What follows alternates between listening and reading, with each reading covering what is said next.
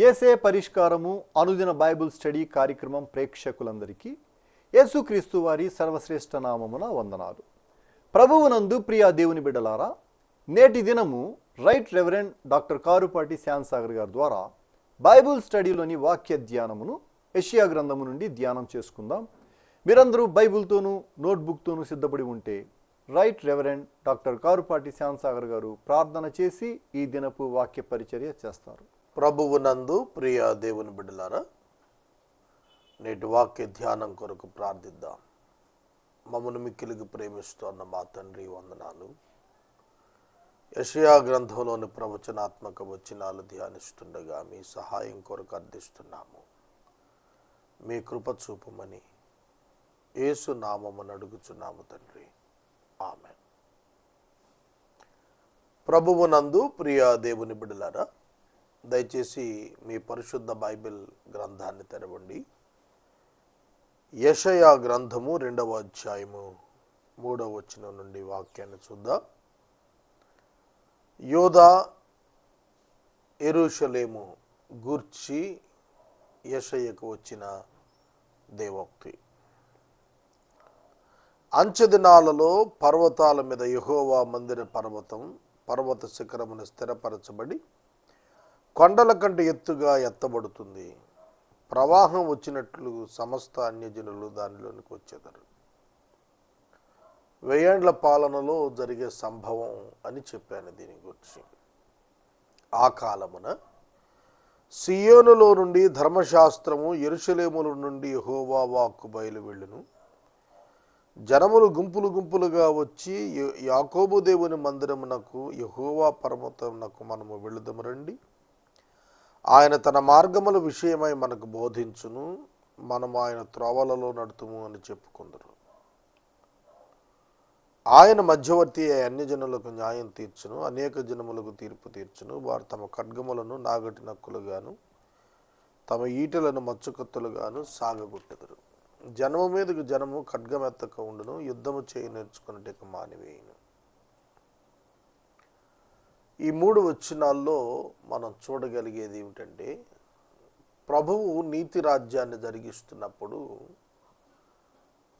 యుద్ధం చేయాల్సిన అవసరం ఆ 1000 ఏండ్లలో ఇంకెవరికి ఉండదు. అందుకే యుద్ధం చేయటం నేర్చుకోవటం మానేస్తారు. జనము మీదకు జనము లెగదు. అది శాంతి రాజ్యం, నీతి రాజ్యం. ప్రభువారు 2వ రాకడకు మునుపు జనము మీదకు జనము, రాజ్యం మీదకు రాజ్యం లేస్తాయి. యాంటై క్రైస్ట్, క్రీస్తు విరోధి పరిపాలనలో కూడా ఇది జరుగుతుంది. కానీ ప్రభు యొక్క పరిపాలనలో జనం మీద జనం లగ్గాల్సిన అవసరం ఉండదు. 5వ వచనం, యాకోబు వంశస్థులారా రండి, మనం యెహోవా వెలుగులో నడుచుకుందాము. యాకోబు వంశముకు ఈ జనము తూర్పు నుండిన జనుల సాంప్రదాయములతో నిండుకొని ఉన్నారు. వారు ఫిలిస్తీయుల వలె మంత్రప్రయోగం చేయుదురు, అన్యులతో సహవాసం చేయుదురు గనుక నీవు వారిని విసర్జించి ఉన్నావు. ప్రవచనాత్మక మాటలలో ఒక్కొక్క వచనం ఒక్కొక్క కాలానికి సంబంధించిందై ఉంటుంది. దాని యొక్క వివరణ ఏ కాలానికి అది అప్లై అవుతుంది అనేది, ఎందుకంటే అది డివైన్ వర్డ్, దైవ సంబంధమైన దైవోక్తి కనుక దానికి టెన్సెస్ అప్లై కావు. ఇది ముందు, ఇది వెనక, లేదంటే ఇది పర్టికులర్ పీరియడ్, ఆ తర్వాత ఇంతకాలానికి అనేది ఉండదు. ఆ వచనం దాని పని అది చేస్తుంది, దాని కాలంలో అది నెరవేరుతుంది. వారి దేశము వెండి బంగారాలతో నిండి ఉంది, వారి ఆస్తి సంపాద్యమునకు మితి లేదు. వారి దేశం గుర్రములతో నిండి ఉన్నది, వారి రథాలకు మితి లేదు. వారి దేశం విగ్రహాలతో నిండి ఉంది, వారు తమ చేతి పనిని తమ వేళ్లతో చేసిన దానికి నమస్కారం చేయుదురు. చూడండి, యాకోబు వంశము యొక్క దేశం వర్ణిస్తున్నాడు. ఉజ్జియా దినాలలో విస్తారమైనటువంటి ఆస్తి అతనికి అనుగ్రహించబడింది. దానిని బట్టి అతడు గర్వించాడు. అతని కాలంలో ప్రజలు దారి తప్పిపోయారు, విగ్రహారాధనకు వెళ్ళారు. అదే ఇక్కడ రాశాడు. అల్పులు అనగదొక్కబడుదురు, ఘనులు తగ్గించబడుదురు, కాబట్టి వారిని క్షమించకము. యెహోవా భీకర సన్నిధి నుండి ఆయన ప్రభావ మహాత్యము నుండి బీట నుండి దూరం, బండ బీటలోనికి దూరము, మంటిలో దాగి ఉండము. యెహోవా భీకర సన్నిధి నుండి ఆయన ప్రభావ మహాత్యము నుండి బండ బీటలోనికి దూరము, మంటిలో దాగి ఉండము. దేవుని యొక్క భీకరమైన సన్నిధి ప్రత్యక్షమైనప్పుడు ఆయన ఉగ్రతకు ప్రకటన గ్రంథంలో రాస్తున్నాడు, బండలను తమపై పడమని వేడుకుంటారట మనుషులు. బండ సందుల్లో దాక్కునే ప్రయత్నం చేస్తారు. నరుల అహంకార దృష్టి తగ్గించబడును, మనుషుల గర్వం అణగదొక్కబడును. ఆ దినమున యెహోవా మాత్రమే ఘనత వహించును. In the day of judgement, తీర్పు దినాన మానవుల యొక్క గర్వమంతా అణిచివేయబడుతుంది. నరుల యొక్క అహంకార దృష్టి అంతా కూడా తగ్గించబడుతుంది. ప్రభువే ఘనత వహిస్తాడు. సమస్త జనులు కూడా ఆయనకు నమస్కరించాలి. అహంకారాతిశయము గల ప్రతిదానికి, ఔన్నత్యము గల ప్రతిదానికి విమర్శించు దినం ఒకటి సైన్యములకు అధిపతి యెహోవా నియమించి ఉన్నాడు, అవి అణగదొక్కబడను. ఇది కూడా తీర్పు దినాన్ని గురించే చెబుతున్నాడు. ఔన్నత్యం కలిగి అతిశయించు లెబానోను దేవదారు వృక్షములన్నింటికి, భాషాను సింధూర వృక్షములన్నింటికి, ఉన్నత పర్వతములన్నింటికి, ఎత్తైన మెట్లకన్నింటికి, ఉన్నతమైన ప్రతి గోపురమునకును, బురుజులు గల ప్రతి కోటకును, తర్షీషు ఓడలన్నింటికి, రమ్యమైన విచిత్ర వస్తువులన్నింటికి ఈ దినము నియమించబడింది. The day of judgement. మలాకీ గ్రంథం 4వ అధ్యాయంలో చెప్పాడు, ఆ మహాదినము ఉగ్రతా దినం వచ్చినప్పుడు సమస్తం కాలిపోతుంది అన్నాడు. ఎందుకు ఆ దినం నియమించాడట? 13 నుండి 16 వచ్చిన వరకు ఉన్నటువంటి విషయాలు, లెబనోను, దేవదారు, సింధూర, ఉన్నత పర్వతాలు, ఎత్తైన చెట్లు, అలగోరికలుగా ఇవన్నీ కూడా మనుషులలోని వివిధ రకాలైనటువంటి స్థితిగతులలో ఉన్నటువంటి వ్యక్తులను గురించి జ్ఞాపకం చేస్తున్నాయి. వ్యాపార పరంగా కానివ్వండి, పరిపాలనా పరంగా కానివ్వండి, ఆర్థిక పరంగా కానివ్వండి, సామాజిక పరంగా ఉన్నతమైన స్థానాలకు జరిగిన వారందరూ కూడాను వారి వారి యొక్క పాపమును బట్టి వారు లెక్క చెప్పాల్సినటువంటి దినం ఒకటి ఉన్నది. ఆ దినాన నరుల అహంకారం అణగదొక్కబడి, మనుషుల గర్వం తగ్గించబడి, యెహోవా మాత్రమే ఘనత వహిస్తాడు. విగ్రహాలు పూర్తిగా నశించిపోతాయి. విగ్రహాలు పూర్తిగా నశించిపోతాయి.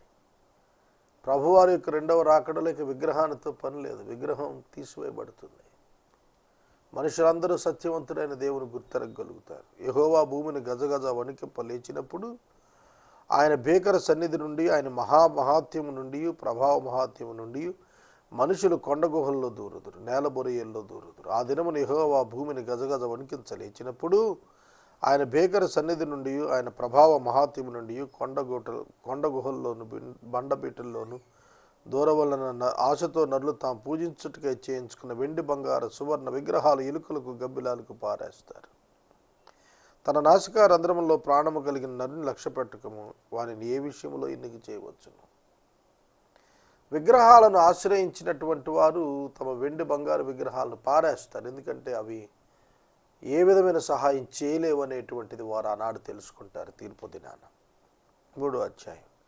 ఆలకించుడి, ప్రభువును సైన్యములకు అధిపతి యొగు యెహోవా పోషణమును, పోషణాధారమును, అన్నోదకముల ఆధారమంతయు, పోషణ అంతయు, శూరులను, యూదులను, న్యాయాధిపతులను, ప్రవక్తలను, సోదగాండును, పెద్దలను, దశాధిపతులను, ఘనత వహించిన వారిని, మంత్రులను, శిల్పశాస్త్రములు ఎరిగిన వారిని, మాంత్రికులను యెరూషలేము నుండి, యూదాదేశం నుండి తీసివేయును. మొదటి నుండి కూడాను దేవుడు సోదగాండ్రకు వ్యతిరేకం. అది దురాత్మ చేత జరిగేటువంటి కార్యం. పుతోన్ అనేటువంటి దయ్యం పట్టినటువంటి చిన్నది తన యజమానులకు లాభం తీసుకొస్తోంది. అది దయ్యం చేత కలిగింది. కాబట్టి ఇక్కడ కూడాను ఒక సెట్ ఆఫ్ పీపుల్ వీళ్ళను తీసివేస్తాను దేశంలో నుంచి అంటున్నాడు. కనుక మారు మనసు లేని వారు ఎంత స్థానాల్లో ఉన్నా వారికి ప్రభు యొక్క రాజ్యంలో చోటు లేదు. బాలకులను వారికి అధిపతులుగా నియమిస్తాను, వారు బాలచేష్టలు చేసి జనులను ఏలతారు. ప్రజలలో ఒకడిట్లును మరి ఒకడట్లును, ప్రతివాడు తన పొరుగువారిని ఒత్తిడి చేయను. పెద్దవాని పైన బాలుడును, గనుని పైన నీచుడును గర్వించి తిరస్కారంగా నడుచును. అంత్యదినాల్లో జరిగేటువంటి పరిస్థితుల్లో ఇదొక బాధాకరమైన సంఘటన. ఏమిటంటే పెద్దవాళ్లపై బాలురు, గనులపైన గణహీనులు ప్రభుత్వం చేసే ప్రయత్నం. దానివలన న్యాయం గాడి తప్పుతుంది. ఒకడు తన తండ్రి అంటే తన సహోదరుని పట్టుకొని, నీకు వస్త్రం కలదు, నీవు మా మీద అధిపతివై ఉందువు, ఈ పాడు స్థలము నీ వశము ఉండనిమ్మన్ను. అతడు ఆ దినమున కేక వేసి, నేను సంరక్షణకర్తగా ఉండనలను, నా ఇంట ఆహారం ఏమీ లేదు, వస్త్రం ఏమీ లేదు, నన్ను జనాధిపతిగా నియమించరాదు అన్ను. చూడండి, సొంత అన్నదమ్ముల మధ్యనే ఏ విధమైనటువంటి అంగీకారము పొత్తు లేని దినాల గురించి వర్ణించాడు. యెరూషలేము పాడైపోయిన, యోధా నాశనమాయను, యెహోవా మహిమగల దృష్టికి తిరుగుబాటు చేయనంతగా వారి మాటలు క్రియలు ఆయనకు ప్రతికూలముగా ఉన్నవి. యోధా దేశం సొలొమోను అనంతరం అతని కుమారుడైన రెహబాము చేత పరిపాలించబడింది. అతని వెంబడి 20 రాజులు వచ్చారు. అందులో 12 మంది మంచి రాజులు వచ్చారు, 8 మంది చెడ్డవాళ్ళు వచ్చారు. చివరికి వచ్చేటప్పటికి చాలా భయంకరమైనటువంటి తిరుగుబాటు స్వభావంలోనికి వాళ్ళు వచ్చారు. దేవుని హెచ్చరికలు వాళ్ళు మరిచారు. అలాగే ఇర్మియా కూడాను చాలా ప్రవచనాలు చెప్పాడు, వాళ్ళు పట్టించుకోలేదు. యెహెజ్కేలు చెప్పిన ప్రవచనాలు పట్టించుకోలేదు. ప్రవక్తల ద్వారా హెచ్చరికలు ఇస్తూ వచ్చిన దేవుడు దాన్ని పట్టించుకోకుండా పాపంలోనే కొనసాగారు. దాని కారణంగా వారి మాటలు క్రియలు దేవునికి ప్రతికూలంగా ఉండటం కారణంగా యెరూషలేము పాడైపోయింది. నెబుకద్నెజరు వచ్చి చాలా బలమైనటువంటి శత్రువు అతడు యెరూషలేము మీద దండెత్తి దేవాలయం పడగొట్టించేశాడు. నెబుకద్నెజరు యూదులను చెరగా తీసుకుని బబులోను తీసుకుపోయాడు. పట్టణం దహించబడిపోయింది. వారి ముఖలక్షణమే వారి మీద సాక్ష్యం ఇస్తుంది. తమ పాపమును మరుగు చేయక సొదొమ వారి వలె దాన్ని బయలుపరుస్తారు. తమకు తామే వారు కీడు చేసుకుని ఉన్నారు, వారికి శ్రమ. ముఖము వారికి సాక్ష్యం ఇస్తుంది. ముఖలక్షణం, face is the index of the mind. వారు క్రూరత్వాన్ని ముఖాన్ని నింపుకున్న వారుగా కనిపించారు, తిరుగుబాటుదారులుగా ఉన్నారు యూదా జనాంగం. అందువలన వారి పాపం మరుగు చేయబడక సొదొమ వారి వలె బయటకు వచ్చి కనపడింది. దాన్ని బట్టి తమకు తామే కీడు చేసుకున్నారు. సొదొమ గొమొర్రాల్లో ఆదికాండం 19వ అధ్యాయంలో లోతు యొక్క కుటుంబం అక్కడ నివసిస్తున్న సందర్భాన చాలా భయంకరమైన వృత్తాంతం అది. లోతు ఇంటికి దేవదూతలు వచ్చారని తెలిసి వారితో శయనించాలి, వాళ్ళ బయటికి పంపించని చిన్నపిల్లలు మొదలుకొని వృద్ధుల వరకు వచ్చేసారట ఆ ఇంటి చుట్టూత. ఆ రాత్రి ప్రభు గుమ్మము తెలియబడకుండా ఆయన మబ్బు కలుగు చేయటం వల్ల ఎవడు కనుగోలేకపోయాడు. ఆఖరికి లోతు తన కుమార్తెలు బయటికి తెస్తానన్నా కూడా, వారికి ఇస్తానన్నా కూడా ఒప్పుకోలేదు. అతిథులే మాకు కావాలన్నారు. హోమోసెక్షువల్స్ ఏరియా అది. ఆ ప్రాంతమంతా కూడా గేస్తో నిండినటువంటిది. స్వలింగ సంపర్కుల చేత హోమోసెక్షువాలిటీతో నిండిపోయింది. ఎయిడ్స్ వంటి భయంకర వ్యాధులతో నిండిన స్థలం అది. అంటే నిస్సిగ్గుగా, సిగ్గు లేకుండా వాళ్ళు బయటకు వచ్చి వారి కోరికను వెల్లడి చేశారు సొదొమ గొమొర్రా వాళ్ళు. అలాంటి స్థితికి యోధా కూడా వచ్చింది అన్నప్పుడు భౌతిక వ్యభిచారం కంటే ఎక్కువగా ఆధ్యాత్మిక వ్యభిచారం. ఉన్నత స్థలాలను వేసుకొని వాళ్ళు అన్యుల వలె వారు దేవతలను ఆరాధిస్తూ వచ్చారు. మీకు మేలు కలుగునని నీతిమంతులతో చెప్పుము, వారు తమ క్రియల ఫలమును అనుభవిస్తారు. ఇది ఎప్పటికీ మార్పు లేనటువంటిదండి. నీతిమంతులకు మేలు తప్పగా కలుగుతుంది. వారికి ఏ విధమైన ఫలం దొరకాలో దేవుడు దాన్ని వారికి తప్పకుండా ఇచ్చేస్తాడు. దుష్టులకు శ్రమ, క్రియల ఫలం వారికి కలుగుతుంది. ఇది కూడా వాస్తవమే. దుష్టుడు తన దుష్టత్వాన్ని గుర్చిన ఫలితాన్ని తప్పక అనుభవిస్తాడు. నా ప్రజల విషయమై నేనేమందును, బాలురు వారిని బాధపెడుతున్నారు, స్త్రీలు వారిని ఏలుతున్నారు. నా ప్రజలారా, మీ నాయకులు త్రోవను తప్పించేవారు. వారు నీ త్రోవల జాడను చెరిపేస్తారు. యెహోవా వాదించుటకు నిలవబడి ఉన్నాడు, జనములను విమర్శించుటకు లేచి ఉన్నాడు. యెహోవా తన జనుల పెద్దలను, వారి అధిపతులను విమర్శింప వస్తూ ఉన్నాడు. వారే ద్రాక్ష తోటలు తినేశారు. మీరు దోచుకుని దరిద్రుల సొమ్ము మీ ఇండ్లల్లోనే ఉన్నది. దేవునికి తెలుసు ఎవరెవరు ఏమే క్రియలు చేస్తున్నారనేది ఆయనకి మరుగై లేదు, ఆయనకి తెలుస్తుంది, తేటగా ఉంది. ఆయనే చెబుతున్నాడు, మీరు జాడలు చెరిపేసుకున్నారు. ప్రభు వాదించడానికి నిలబడ్డాడు, వచ్చేస్తున్నాడు ఆయన. ఆయన నుండి ఎవరు తప్పించుకుంటారు? ఎవరు తప్పించుకోలేరు. నా ప్రజలను నలుగుగొట్టి మీరేం చేస్తారు? బేదల ముఖములు నూరి మీరేమి చేయుదురు అని ప్రభువుకు సైన్యములకు అధిపతియునకు యెహోవా సెలవిస్తున్నాడు. మరియు యెహోవా సెలవిచ్చినదేమనగా, సియోను కుమార్తెలు గర్విష్ఠురాండ్రై మెడచాచి నడుచుచు వారచూపులు చూస్తూ కులుగుతో నడుచుచు తమ కాళ్ళ గజలను మ్రోగిస్తున్నారు. కాబట్టి ప్రభువు సియోను కుమార్తెల నడినెత్తిని బోడు చేయని వారి మానము బయలుపరచును. ఆ దినమున యెహోవా గల్లు గలుమును వారి పాదభూషణములను, సూర్యబింబ భూషణములను, చంద్రవంకలను భూషణములను, కర్ణభూషణములను, కడియములను, నాణ్యమైన ముసుగులను, కుళ్ళాయిలను, కాళ్ళ గొలుసులను, వడ్డాణములను, పవిత్ర పరిమళ ద్రవ్యపు భరణులను, రక్షరేకులను, ఉంగరములను, ముక్కు కమ్ములను, వస్త్రములను, ఉత్తరీములను, పైటములను, సంచులను, చేతద్దాలు, సన్నపనారతో చేసిన ముసుగులను, పాగాలను, శాలువాలను తీసివేయును. ఇశ్రాయేలు కన్యకలు ఎన్ని రకాలైనటువంటి అలంకారాలు ధరించారో ఇక్కడ రాస్తున్నాడు. వాటిని చూస్తే ఆశ్చర్యం కలుగుతుంది. ఆడవారు అలంకారం అంటే సాధారణంగా ఇష్టపడతారు. దాన్ని ఎంతగా మించిపోయిందో ఇక్కడ చూపించాడు. ఇశ్రాయేలు కన్యకను అలంకార భాషలో చెబుతున్నాడు. వారు భౌతిక అందానికి ఇచ్చిన ప్రాధాన్యత, సౌందర్యంగా ఉండటానికి వారు పడిన తపన, ఇతరుల మధ్య ఆకర్షితంగా కనపడటానికి వారు కనపరిచిన శ్రద్ధ, ఇవన్నీ కూడా దేవుని కంటే తాము ఎక్కువగా ప్రేమించుకున్న స్థితిని, తమను ఎక్కువగా భావించుకున్న స్థితిని తెలియచేస్తున్నాయి. ఈ వివిధ రకాలైనటువంటి అలంకార వస్తువులన్నీ కూడాను వారి యొక్క హృదయాన్ని తేటపరుస్తున్నాయి. వారి హృదయం దేవునితో సరిగా లేదు. దేవునితో సరిగా ఉన్నవారు ఇంత మితిమీరినటువంటి అలంకారానికి వెళ్ళరు. కనుక వారి యొక్క జీవితం భౌతిక లోక సంబంధమైన అలంకారమే ఉంది తప్ప దైవ సంబంధమైన అలంకారం లేదు వారి జీవితాలు. అందువలన ఏం చేశాడట, పరిమళ ద్రవ్యానికి ప్రతిగా మురుగుడు, నడికట్టుకు ప్రతిగా తాడు, అల్లిన జడుకు ప్రతిగా బోడితల, ప్రశస్తమైన వస్త్రం ప్రతిగా గోనెపట్ట, అందమునకు ప్రతిగా వాత దేవుడిస్తున్నాడు. ఏదైతే మనుషులు తమ కొరకు కోరుకున్నారో వాటన్నింటి నుంచి తొలగించి ఏది కోరుకోలేదో వాటిని వారికి దేవుడు అనుగ్రహిస్తున్నాడు. అదే జరిగింది. స్వేచ్ఛ కోరుకున్నారు, చెర వచ్చింది. శత్రువులు వారి మీద ఆధిపత్యానికి వచ్చారు. ఏది వద్దనుకున్నారో అది వారికి సంభవించింది. దేవుడు వారికి పనిష్ చేశాడు. వారి పాపములను బట్టి చెరకు వారిని పంపించేశాడు.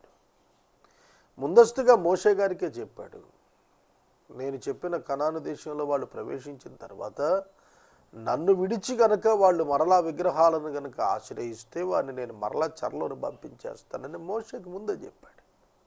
అదే నెరవేర్చాడు. ఖడ్గము చేత మనుషులు కూలుతారు, యుద్ధమున నీ బలాఢ్యులు పడిపోతారు, పట్టణపు గుమ్మములు బాధపడి దుఃఖిస్తాయి, ఆమె ఏమీ లేనిదై నేల కూర్చుంటుంది, దేశము నిర్వీర్యమైపోతుంది, ఏమీ లేని వారైపోతారు, కూలబడిపోతారు. క్రీస్తు పూర్వం 700 సంవత్సరాలప్పుడు ఇది చెప్పాడు. 100+ ఇయర్స్ జరిగిన తర్వాత ఇవి జరిగాయి. 100 సంవత్సరాలలో ఈ ప్రవచనం వారికి హెచ్చరికగా నిలిచింది, కానీ వారు మార్పు చెందలేదు. ప్రవక్తలు వాళ్ళు హెచ్చరిక చేస్తున్నప్పుడు మార్పు చెందాల్సిన బాధ్యత ప్రజలకు ఉంది. ప్రజలు మాకెందుకు లేని కూర్చుంటే ఆ ప్రవక్త చెప్పిన ఫలితాలు వారి జీవితాల్లో చూడాల్సి వస్తుంది. 4వ అధ్యాయం. ఆ దినమున 7 స్త్రీలు ఒక పురుషుని పట్టుకొని, మేము మా అన్నమే తిందుము, మా వస్త్రాలే కట్టుకుందాము, నీ పేరు మాత్రం మాకు పెట్టి మా నింద తీసివేయమని చెప్పుదురు. And 7 women shall take hold of one man in the day, saying, we will eat our own bread and wear our own clothes. Only let us be called by your name, take away our reproach. వారి మీద నింద వస్తుంది, దాన్ని తీసివేయమంటున్నాడు. 7 స్త్రీలకు ఒక పురుషుడు. ఆలోచించండి. వారి మీద నింద ఉంటుంది. మీకు సొంత పురుషుడు లేడు అనేటువంటి నింద తీసివేయబడుటకు 7 వచ్చి ఒకరిని పట్టుకొని నువ్వు మాకు భర్తగా ఉంటే చాలని చెప్పి బ్రతిమలాడేటువంటి దుస్థితి. అంటే యవనస్తులైనటువంటి మగపిల్లలు కనపడని స్థితి. ఏం జరిగింది? యెరూషలేములో జరిగింది ఏమిటో తెలిసిన? కన్యకలను చెరిచారు, వృద్ధులను చంపేశారు, యవనస్తులను చంపేశారు. కనుక స్త్రీలు ఎక్కువ ఉండిపోయారు. పురుషులను చంపేసి స్త్రీలనే ఉంచేసేవాళ్ళు రాజులు పాతకాలంలో. ఎందుకంటే వాళ్ళతో పనులు చేయించుకునేవారు, వాళ్ళతో శారీరక అవసరాలు గడుపుకుంటానికి వాళ్ళు ఉంచేశారు. వారిని అందంగా ఉన్న వారిని చెరబట్టి తీసుకుని వెళ్ళిపోతుండేవాళ్ళు. పురుషులు మాత్రం చంపేవాళ్ళు, ఎందుకంటే యుద్ధం చేసే శక్తి ఉన్న వాళ్ళని చంపేసి డిపెండెంట్స్గా ఉన్న వాళ్ళందరినీ కూడా సేవ కొరకు పనుల కొరకు వాడుకుంటూ ఉండేవాళ్ళు. అట్లాంటి దుస్థితి ఏర్పడబోతోంది యెరూషలేములో అనేది ఎక్స్ప్లెయిన్ చేశాడు ఇక్కడ. ఆ దినాన యెహోవా చిగురు మహిమయు భూషణమగును.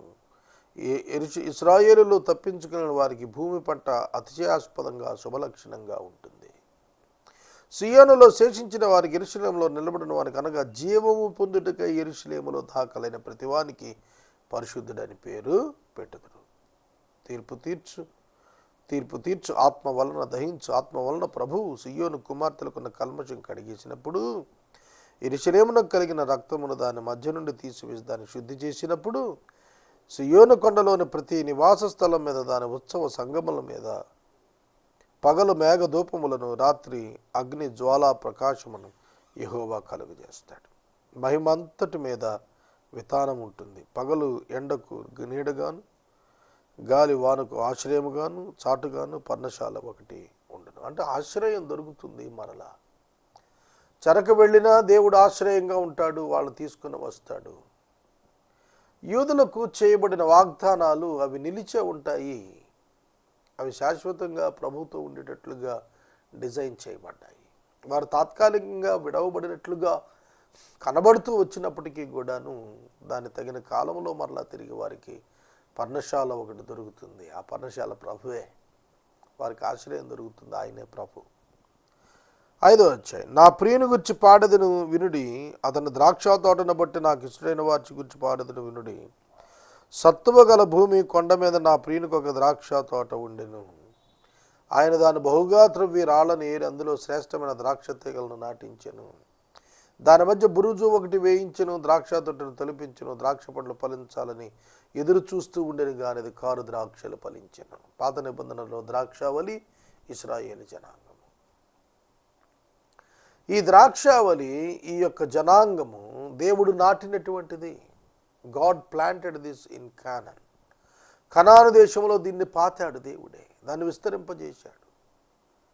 అయితే దేవుడు ఎదురు చూస్తున్నాడు. ఏమని చూస్తున్నాడు? ఫలములు రావాలి, మంచి ద్రాక్షలు రావాలని చూస్తుంటే కారు ద్రాక్షలు వచ్చాయట.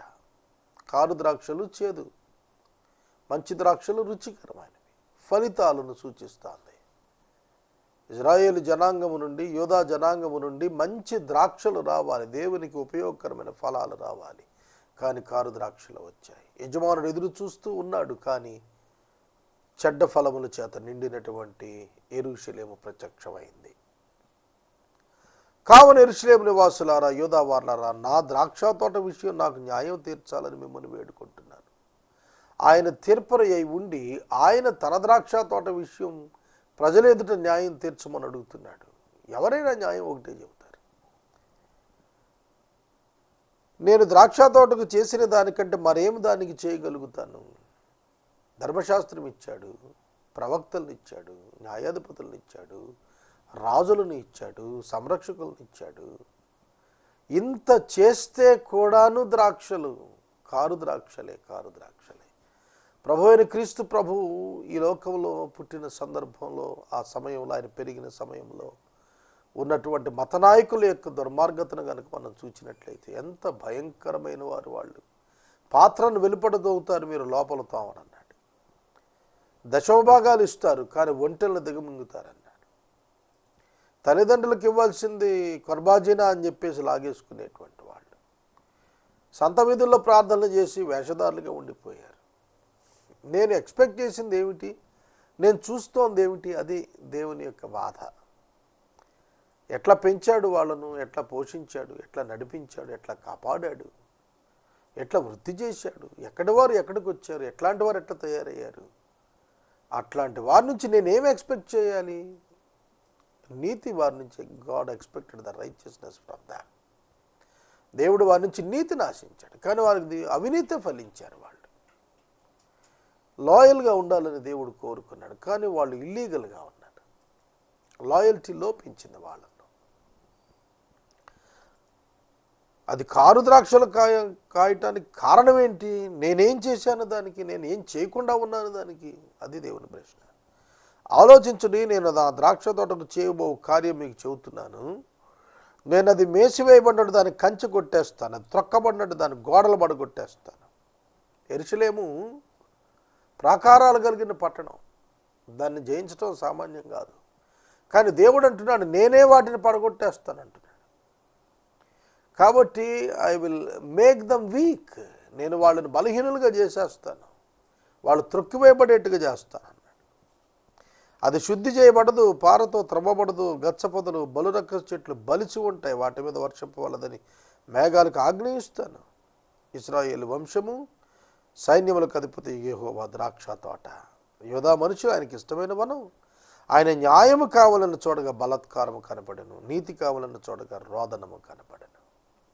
దేశంలో బలాత్కారం ఉన్నది, దేశంలో కన్నీరు ఒలుకుతున్నది, దేశంలో రోదనం వినబడుతోంది, దేశంలో దోపిడీ జరుగుతోంది. దేవుడు దాన్ని చూడలేకపోయాడు. స్థలం మిగలకుండా మీరు మాత్రమే దేశంలో నివసించున్నట్లు ఇంటికి ఇల్లు కలుపుకొని పొలానికి పొలం చేర్చుకున్నట్టుకు ఉన్న మీకు శ్రమా.